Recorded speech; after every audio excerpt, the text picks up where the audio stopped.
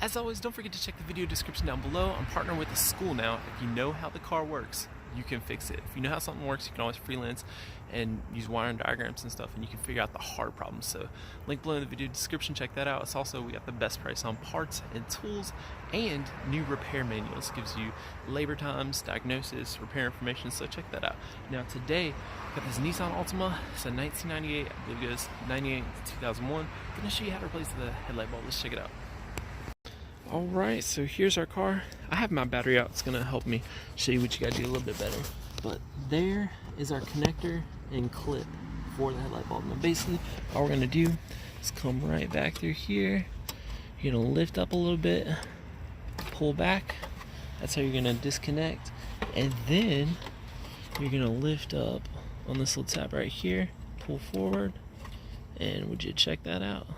Oh, swing them all the way back. Ta-da! And then you will just pull right out. And you do not want to touch the bulb, your new bulb that's going in, because you get oil on it and it'll burn up faster. So anyways, goes back in the same way.